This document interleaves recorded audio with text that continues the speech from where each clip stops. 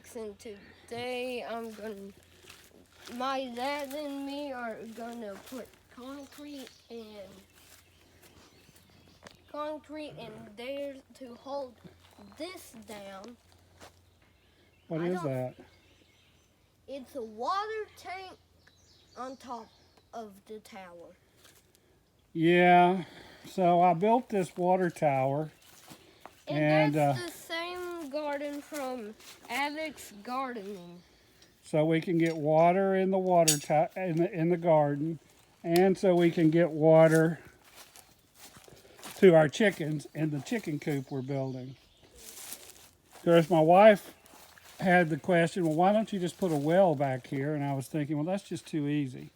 So basically, we've built a tower that's about 12 feet high, and we've got a 275-gallon water tank on top of it.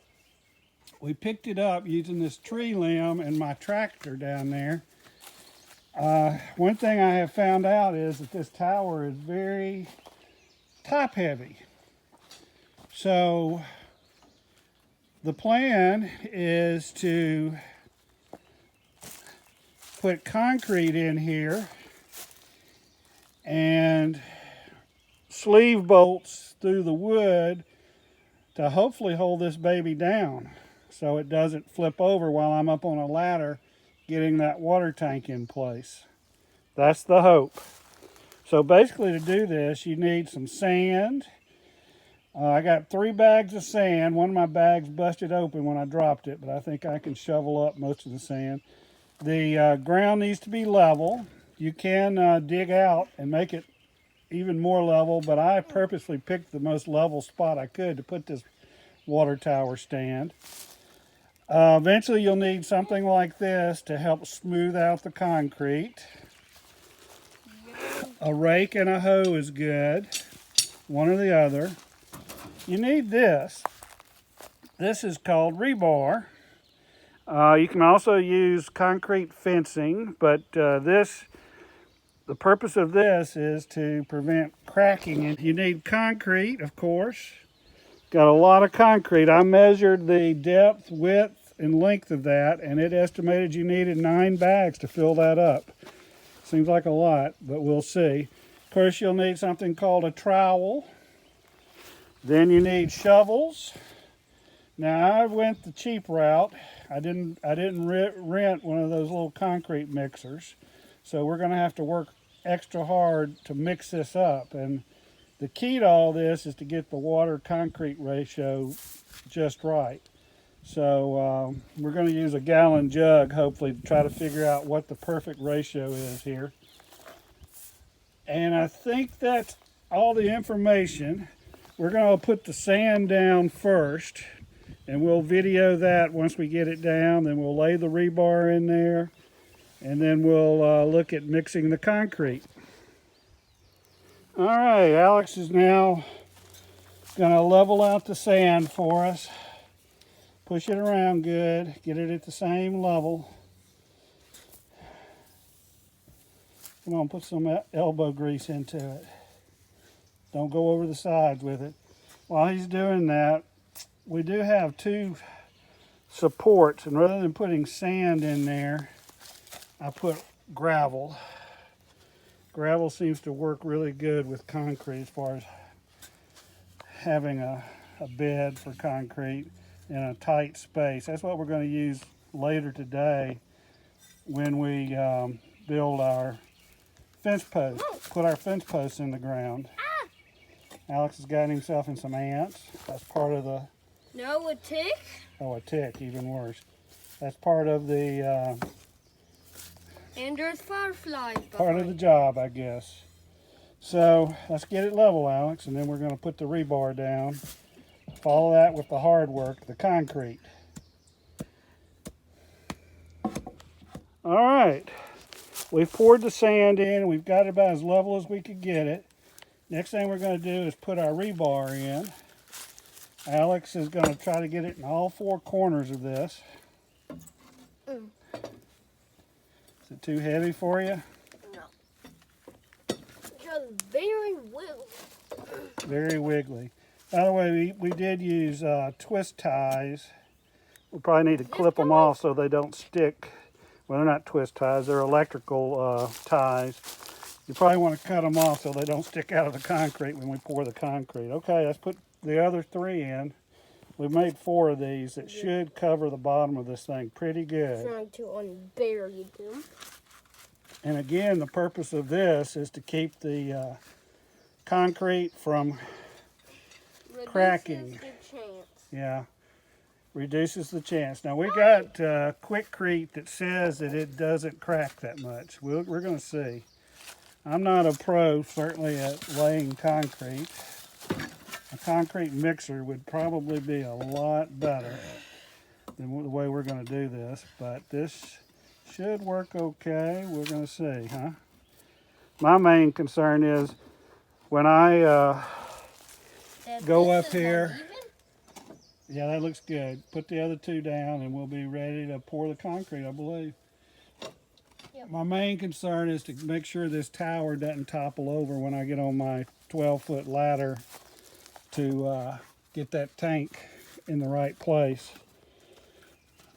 It'd be pretty bad if the thing toppled over. Where's the second one? It's up on the truck there, up on the tailgate.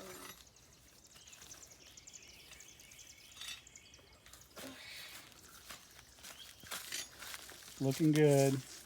That's going to cover the bottom pretty well, I think. Yeah, that'll work. Just like that. Then put the last one in that other corner and you'll be through with that.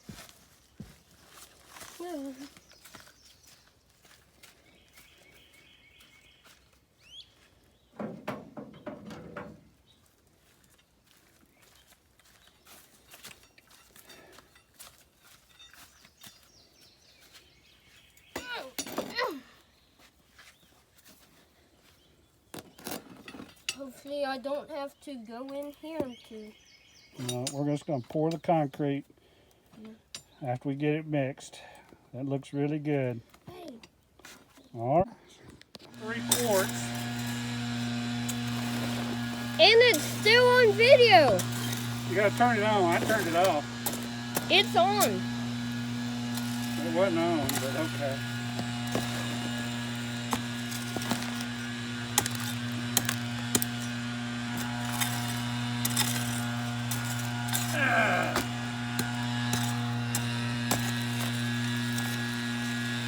You may have to add more water. We'll see.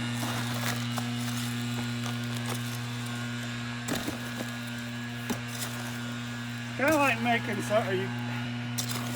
it's kind of like making oobleck. You gotta really knead it. And I'm not putting my hands in there like you do with oobleck.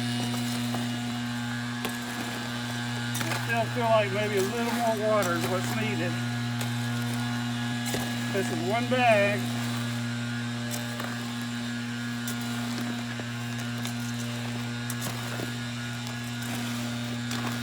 Said 3 quarts of water for an 80-pound bag, but I don't know. I'm thinking 4 quarts of water.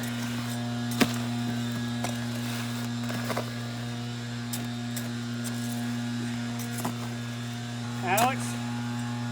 Yeah? Go ahead and put the rest of that jug in. Let's put another quarter in. Go ahead and turn off the video. Oh, we ended up putting 6 quarts of water in with an 80-pound bag of concrete mix. So what that means is you probably shouldn't always rely on the internet. I think we have the consistency about close to perfect. I was reading, you want to have it where if you pull it back with the hoe or a knife, it doesn't just ooze around it real fast. If you notice, when I drag some up, it generally stays where it is, and that's about perfect.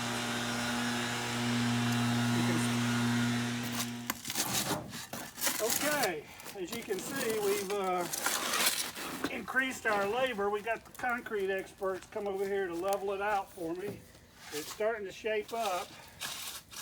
I'm down to, I think, about 4 bags. So we'll see if your calculations were right. All I know is this tower ain't gonna move after we get through here. But if I wouldn't have been so cheap, this would have been a lot easier with a cement mixer. But I think we're getting it done. So we'll show you the final product next when we're through.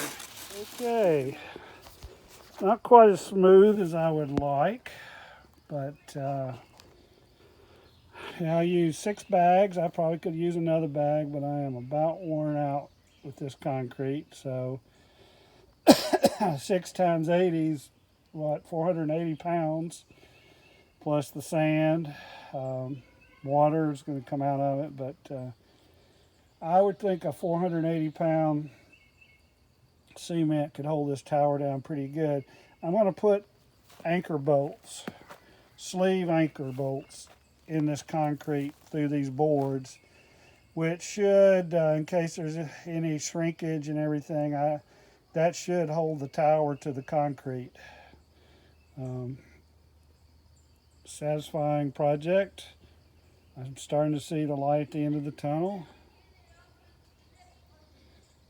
And I'll feel more comfortable getting on a ladder and getting up there once I know this thing is anchored down.